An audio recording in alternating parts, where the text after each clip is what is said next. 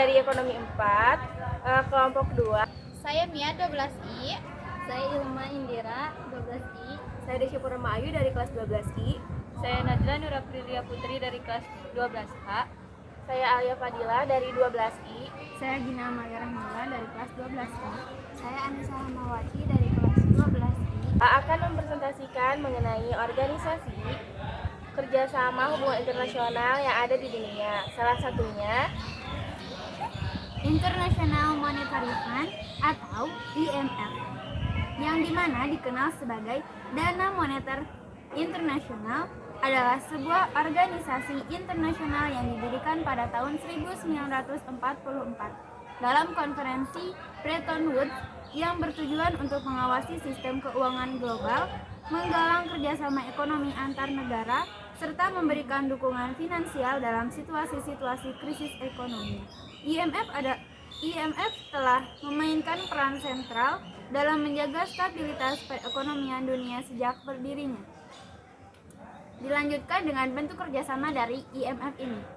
Adapun bentuk kerjasama dari IMF mencakup beberapa, di antaranya yang pertama yaitu pinjaman keuangan, di mana IMF dapat memberikan pinjaman keuangan kepada negara-negara anggota yang menghadapi krisis ekonomi. Dan yang kedua ada bantuan teknis. IMF menyediakan bantuan teknis dan penasehat kepada anggota-anggota terkait. Yang ketiga ada pemantauan ekonomi global, di mana IMF melakukan pemantauan terhadap ekonomi global dan memberikan analisis serta rekomendasi kebijakan kepada negara-negara terkait. Yang keempat ada penyelarasan kebijakan ekonomi.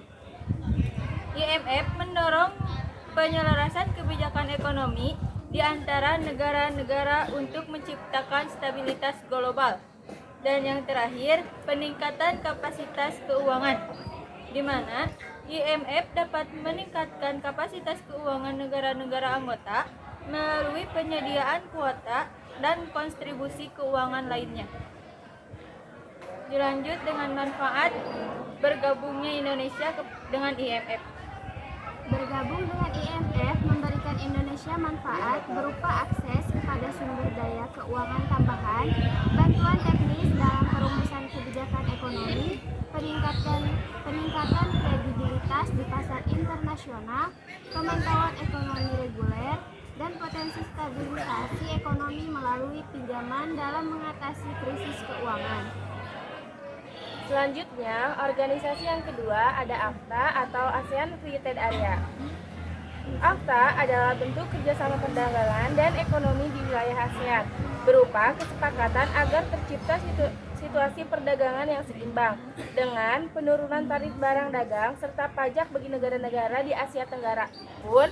Adapun bentuk kerjasama dari AFTA itu sendiri meliputi